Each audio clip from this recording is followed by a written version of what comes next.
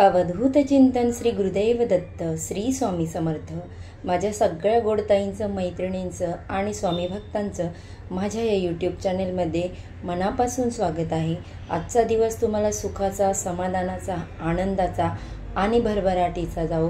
तसेच तुमच्या मनातील सगळ्या चांगल्या इच्छा स्वामी समर्थ महाराज पूर्ण करोत हीच महाराजांच्या चरणी प्रार्थना करते आणि आपल्या याच्या नवीन व्हिडिओला सुरुवात करते। आजच्या व्हिडिओमध्ये आपण हे पाहणार आहोत की गुरुपौर्णिमेनिमित्त फक्त स्वामी सेवा करावी का, किंवा स्वामी सेवेबरोबर अजून कोणत्या सेवा करायच्या का, किंवा गुरुबळ बळकट होण्यासाठी आपल्याला कोणते उपाय करायचे आहेत, याबद्दलची सगळी माहिती पाहणार आहोत। व्हिडिओ स्किप न करता शेवटपर्यंत नक्की बघा, म्हणजे तुम्हाला जर काही प्रश्न पडले असतील तर त्या सगळ्या प्रश्नांची तुम्हाला उत्तरं मिळतील। सगळ्यात आधी पाहूया पौर्णिमा कधी चालू होणार आहे। तर पौर्णिमा ही शनिवारी संध्याकाळी 6 वाजता चालू होणार आहे आणि रविवारी दुपारी 3:47 ती संपणार आहे। तर बघा, आता सगळ्यात मोठा प्रश्न हा आहे की सत्यनारायण कधी करायचा। तर मी मागच्या व्हिडिओमध्ये देखील सांगितलेलं आहे की सत्यनारायण शनिवारी तुम्ही करायचं आहे, कारण शनिवारीच 6 वाजता पौर्णिमा चालू होत आहे। पौर्णिमेच्या तिथीमध्ये सत्यनारायण करतात, म्हणूनच आजच म्हणजे शनिवारी तुम्हाला सत्यनारायण करायचं आहे। आता बघा, उद्या गुरुपौर्णिमेनिमित्त आपल्याला महाराजांची कोणती सेवा करायची आहेत।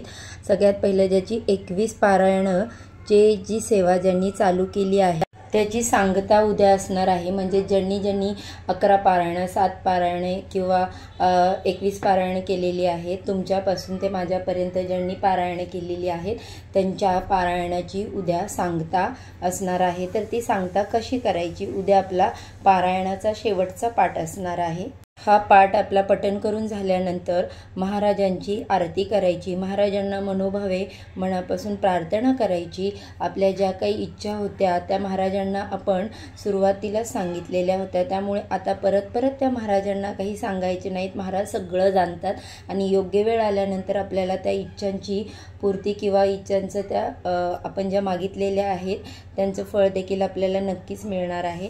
त्याच्यानंतर आपल्याला महाराजांना नैवेद्य अर्पण करायचं आहे। बघा, आता तुम्ही म्हणाल मी 21 पारायणे केलेली आहेत, आता नैवेद्य काय अर्पण करायचा। गुरुचरित्र पारायणाला जसे आपल्याला 4 नैवेद्य ठेवावे लागतात किंवा त्यांचा जसा जो नियम आहे तसंच करायचं का, तर अजिबात नाही, असं काहीही नाही आहे। तुम्ही तुमच्या घरामध्ये काही जे गोडधोड बनवणार असाल किंवा जो काही नैवेद्य करणार असाल तो तुम्ही महाराजांना अर्पण करू शकता। महाराजांचं असं काही मत नाही आहे की मला हेच द्या, ते फक्त ते भक्तीला भुकेलेले आहे, ते नेहमी लक्षात ठेवा। मनापासून महाराजांची भक्ती सेवा करा, त्याच्यातच सगळं काही येतं। तर तुम्ही अगदी दूध साखरेचा जरी नैवेद्य दाखवला तरी देखील महाराजांना चालणार आहे। आता सगळ्यात महत्त्वाचं म्हणजे उद्या आपल्याला गुरुपौर्णिमेच्या दिवशी काय महाराजांच्या सेवा करायच्या आहेत। तर बघा, उद्या तुम्हाला कितीही अडचण असू दे, कोणतीही अडचण असू दे, शारीरिक मानसिक कोणताही त्रास असू दे, पण तुम्हाला उद्या स्वामी चरित्र सारामृताच्या पोथीचं 1 वेळा पठण करायचं आहे आणि हे खूप महत्त्वाचं आहे। आपल्या स्वामी महाराजांची सगळ्यात आवडती सेवा म्हणजे स्वामी चरित्र सारामृताचं जे पठण आहे ते उद्या आपल्याला न चुकता करायचं आहे। बघा, आता काही जणांचे असे प्रश्न असतील की एकाच बैठकीत बसून 1 ते 21 अध्याय पूर्ण पठण करायचे का। तर आता काही जणांच्या घरामध्ये अडचणी असतात, कोणाचं छोटं बाळ असतं, कोणाला घरातली कामं असतात किंवा काही वयस्कर व्यक्ती असतात, त्यांना गुडघेदुखीचा वगैरे त्रास असतो, एका बैठकीत त्यांना बसणं शक्य नसतं। तर तुम्ही अर्ध करून पाठ वाचू शकता, म्हणजे अर्धे पाठ सकाळी किंवा अर्धे पाठ संध्याकाळी असं तुम्ही 2 पाठमध्ये हे पारायण करू शकता। पण उद्या नक्की जरूर आठवणी आपल्या घरामध्ये स्वामी चरित्र सारामृताचा 1 पाठ झालाच पाहिजे। तुम्ही हा पाठ करताना सकाळी 7, दुपारी 7 आणि संध्याकाळी 7 असे अध्यायाचे भाग करून जरी वाचले तरी चालतील, पण दुपारी 12 ते 12:30 या दरम्यान तुम्हाला या पाठांचं पठण करायचं नाही, कारण हा दत्तगुरूंच्या भिक्षेचा टायमिंग असतो, त्यामुळे आपण कोणताही पोथीचा पाठ या वेळेमध्ये वाचू शकत नाही। बाकी वेळेमध्ये तुम्ही वाचू शकता आणि या सारामृताच्या पोथीच्या पठणाला कोणतेही नियम नाही, हे नेहमी लक्षात ठेवा। हां, पण तुम्ही 12 ते 12:30च्या दरम्यान नैवेद्य दाखवू शकता श्री स्वामी समर्थ महाराजांना किंवा दत्त महाराजांना, कारण तो दत्त महाराजांच्या भिक्षेचाच टायमिंग असतो. त्यामुळे काय माहिती कुठल्या ना कुठल्या रूपामध्ये दत्त महाराज येऊन आपल्या नैवेद्य ग्रहण करतील. आता बघा, आरती कधी करायची, तर आरती तुम्ही तुमच्या सोयीनुसार कधीही करू शकता. उद्या आरती करण्याचा कोणताही मुहूर्त नाही. तुम्ही सकाळी 8ला आरती करा, 10ला करा, 12ला करा, संध्याकाळी 7ला करा. तुमच्या सोयीनुसार तुम्ही कधीही आरती करू शकता. आता सगळ्यात महत्त्वाचं म्हणजे उद्या आपले कित्येक स्वामी भक्त गुरुपद घेणार आहेत. तर गुरुपद कधी घ्यायचं, तुम्ही कधीही गुरुपद घेऊ शकता. सकाळी, दुपारी, संध्याकाळी मंदिरात जाऊन घ्या किंवा अगदी तुम्ही घरच्या घरी देखील गुरुपद घेऊ शकता. आणि ते मी तुम्हाला कालच्या व्हिडिओमध्ये देखील शेअर केलेलंच आहे. तर आता यानंतर आपल्याला उद्या अजून कोणत्या स्वामी महाराजांच्या सेवा करायच्या आहेत ते पाहणार आहोत. आपण आधी ही स्वामी चरित्र सारामृताची जी सेवा आहे ती पाहिलीच आहे. आता त्याच्यानंतर आपल्याला 11 माळी स्वामी समर्थ मंत्राचा जप करायचा आहे. आता ज्यांच्याजवळ माळ नाही, जपमाळ, तर त्यांनी काय करायचं, स्वामी समर्थ महाराजांच्या समोर बसून आपल्याला एक 12 ते 15 मिनटं श्री स्वामी समर्थ, श्री स्वामी समर्थ ह्या एवढ्या स्लोमध्ये हा मंत्र जप करायचा आहे. त्यावेळेस आपले 11 माळी जप होऊन जातो. त्यानंतर जर तुम्हाला शक्य झालं तर 11 वेळा तारक मंत्र तुम्हाला बोलायचा आहे. जर नाही शक्य झालं तर किमान 1 वेळा तरी तुम्ही तारक मंत्र बोला. तर बघा, आता स्वामी चरित्र सारामृताचा एक पाठ, 11 माळी जप, 11 वेळा तारक मंत्र. आणि बघा, आता आपण गुरुपद घेणार आहोत म्हटल्यानंतर गुरुदक्षिणा तर काहीतरी आपल्याला दिलीच पाहिजे. तर आपल्याला दत्तबावणी जी आहे ती पठण करायची आहे उद्या. आणि तुम्हाला एक अगदी कळकळीने सांगते, ह्या काही जरी सेवा तुमच्याकडून नाही झाल्या तर कमीत कमी स्वामी चरित्र सारामृताचा एक तरी पाठ उद्या तुमच्या घरामध्ये तुम्ही केलाच पाहिजे. प्लीज, मी अगदी खरं मनापासून सांगते, कारण ही स्वामी समर्थ महाराजांची खूप आणि अत्यंत आवडीची सेवा आहे. आता यानंतर सगळ्यात महत्त्वाचं म्हणजे उद्या आहे पौर्णिमा. तर पौर्णिमेला आपण दर महिन्याला आपल्या कुलदेवीची पूजा करत असतो, माता महालक्ष्मीची पूजा करत असतो. त्याच्या काय सेवा करायच्या आहेत तेही मी तुम्हाला सांगते. त्याच्या अगोदर आपलं गुरुबळ मजबूत व्हावं यासाठी आपल्याला काय करायचं आहे हे आता आपण पाहणार आहोत. बघा, मनामध्ये कोणताही निसंकोच न ठेवता मनापासून जो गुरूंची सेवा करतो, जो गुरूंची आराधना करतो, त्याच्या पाठीमागे गुरूंचं बळ नेहमी असतं. कितीही अडचणी आल्या तरी गुरु हे आपल्या पाठीशी असतातच, कारण आपण त्यांच्या सेवा करत असतो. त्यामुळे ते आपल्या पाठीशी असतात. पण त्याबरोबर आपल्याला काही उपाय करायचे आहेत. म्हणजेच या उपायामध्ये आपल्याला काही दान करायचं आहे. आता ते दान कोणतं ते आपण पाहणारच आहोत. पण एक मात्र मी इथे तुम्हाला सांगू इच्छिते की दान करणं आणि सेवा करणं यामुळेच आपलं गुरुबळ जे आहे ते वाढतं. बघा, तुम्हाला उद्या जेवढं शक्य होईल तेवढं पिवळं दान करायचं आहे. अगदी यथाशक्ती तुम्हाला दान करायचं आहे.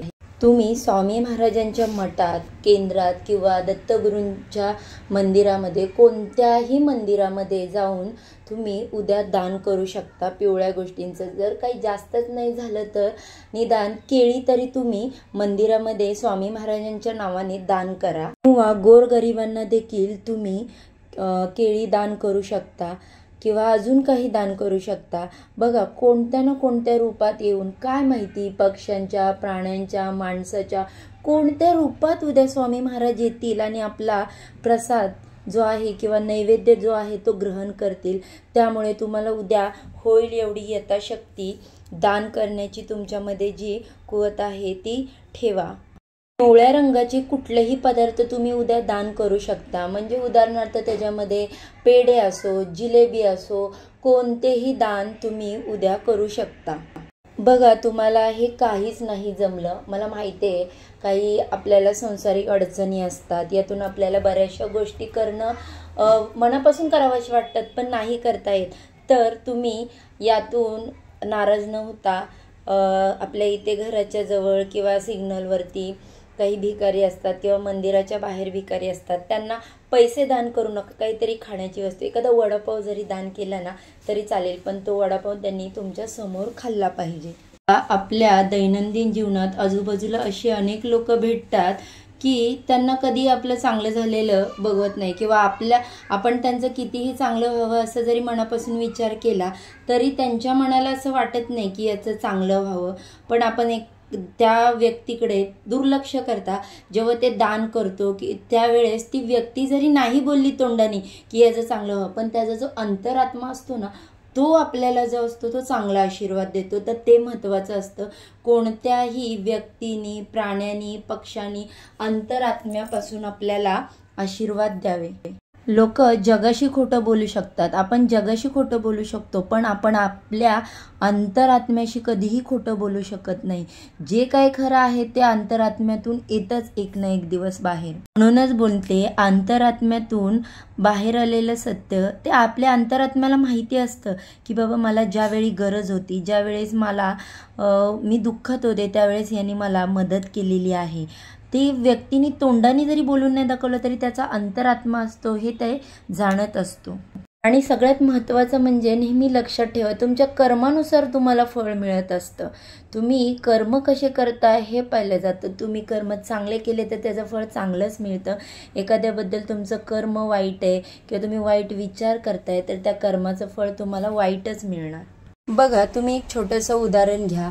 एखाद्या हॉस्पिटलमध्ये आपलं कोण ॲडमिट असेल, अगदी खूप सिरियस असेल, तरी डॉक्टर काय म्हणतात, आम्ही पूर्ण प्रयत्न करतोय पण जे काय आहे ते देवाच्या हातात आहे.